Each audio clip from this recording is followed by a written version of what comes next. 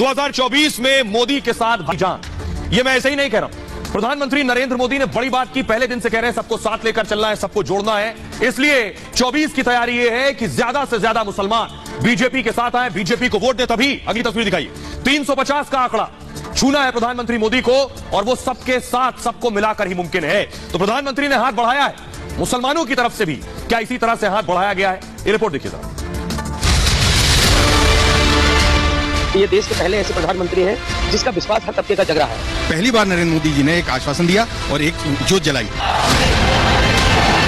24 के चुनाव से पहले जहां तमाम विपक्षी दल मोदी को हिंदुत्व के मुद्दे पर घेरने में जुटे, मोदी ने सियासत की अपनी अलग ही बिसात बिछा दी है। मोदी ने चुनाव से पहले गोल पोस्ट ही शिफ्ट कर दिया। विरोधी मोदी और मुसलमान में खाई बनाने की कोशिश करते रहे, लेकिन मोदी उसे हमेशा भरने में लगे रहे। एक विश्वास भारतीय जनता पार्टी के प्रति, नरेंद्र मोदी जी और योगी जी के प्रति आज मुस्लिम समाज का, पसमानदा समाज का बना है। माननीय मोदी जी ने जब आह्वान किया, अपना हाथ हम लोग की तरफ बढ़ाया, तो हमारी मांगे उन्होंने पहले ही पूरी कर दी कि हम आपके तरफ हाथ बढ़ा रहे हैं, आप लाइन के उस पार हो। बीजेपी कार्यकारिणी में मुसलमानों को पार्टी से जोड़ने का बड़ा और खुला आह्वान मोदी ने कर दिया। मोदी ने यहां तक कह दिया कि कोई वोट भले ही न दे, हमें उसके दरवाजे तक पहुंचना है, उसे अपने साथ जोड़ना है। तो 2024 में मोदी के 350 सीट जीतने के टारगेट में मुसलमान वोटर भी अब बड़ी भूमिका निभाने वाले। और आइए अब मैं आपको बताने जा रहा हूं प्रधानमंत्री नरेंद्र मोदी ने क्या कुछ कहा है, कैसे देश के मुसलमानों को जोड़ने की बात की है पीएम मोदी ने।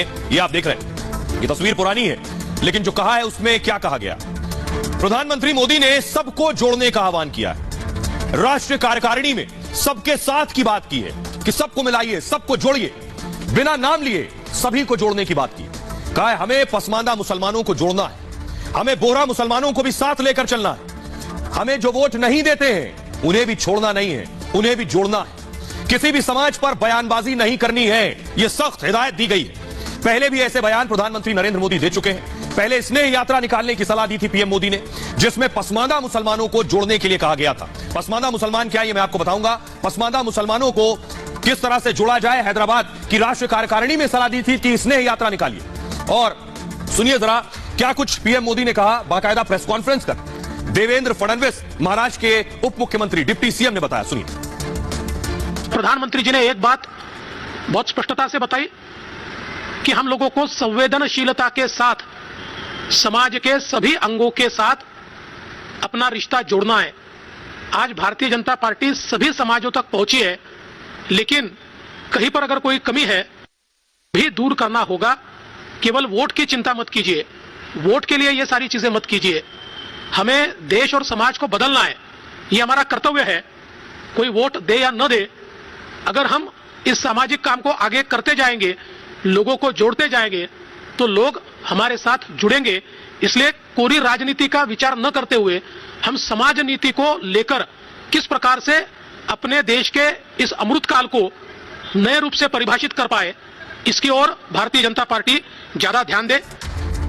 एक बड़ी बात ये, कोई वोट दे या न दे, आपको उससे संवाद जरूर करना है। अब मैं आपको बताता हूं प्रधानमंत्री ने बात की, इसके पॉलिटिकल मायने क्या।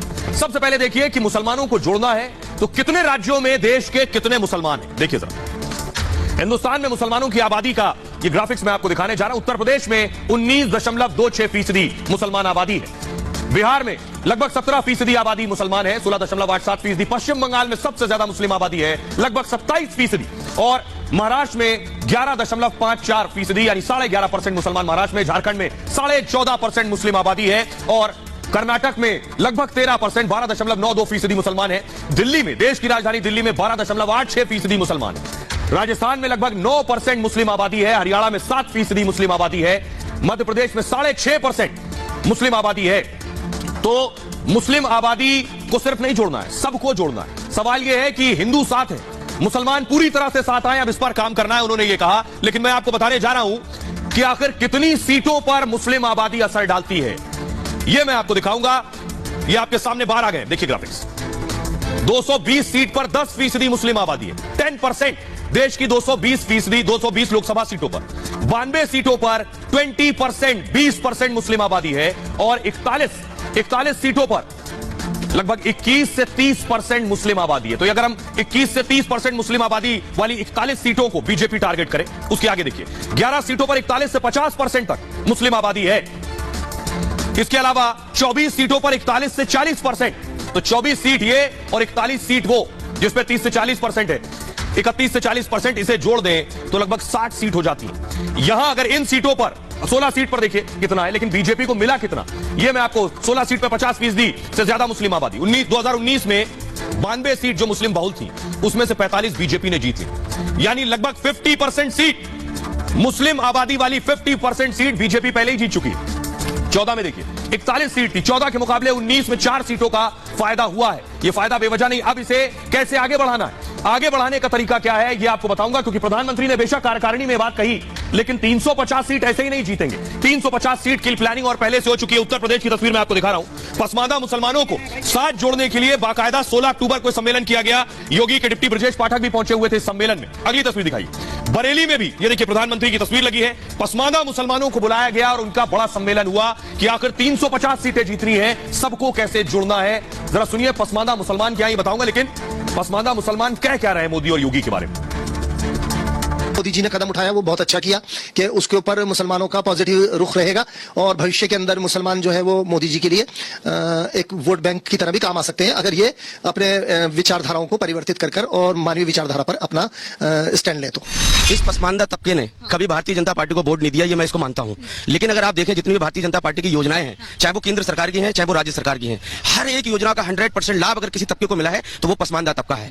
प्रधानमंत्री जी ने जब से आह्वान किया है, क्योंकि ये देश के पहले ऐसे प्रधानमंत्री हैं जो किसी भी चीज का आह्वान करते हैं उसको 100% जरूर करते हैं। इतिहास में फर्स्ट टाइम ऐसा हो रहा है कि एक मंच मिला है मुस्लिम पसमानदा समाज को। पसमानदा समाज को किसी ने समझा ही नहीं, एक वोट के रूप में इस्तेमाल किया और उसके बाद छोड़ दिया। जैसे कहते हैं ना खीर के ऊपर काजू पिस्ता बादाम लगाया और जब खाया तो छोड़ दिया। कहते हैं कोरमे में तेजपात का पत्ता इस्तेमाल किया खुशबू के लिए कि बस जिसकी प्लेट में आया सबसे पहले निकाल के बाहर किया। ये काम सारी राजनीतिक पार्टियों ने किया। पहली बार नरेंद्र मोदी जी ने एक आश्वासन दिया और एक ज्योत जलाई जिसके ऊपर पूरा विश्वास मुस्लिम पसमानदा समाज दिखा रहा। माननीय मोदी जी ने जब आह्वान किया, अपना हाथ हम लोग की तरफ बढ़ाया, तो हमारी मांगे उन्होंने पहले ही पूरी कर दी कि हम आपके तरफ हाथ बढ़ा रहे हैं, आप लाइन के उस पार हो।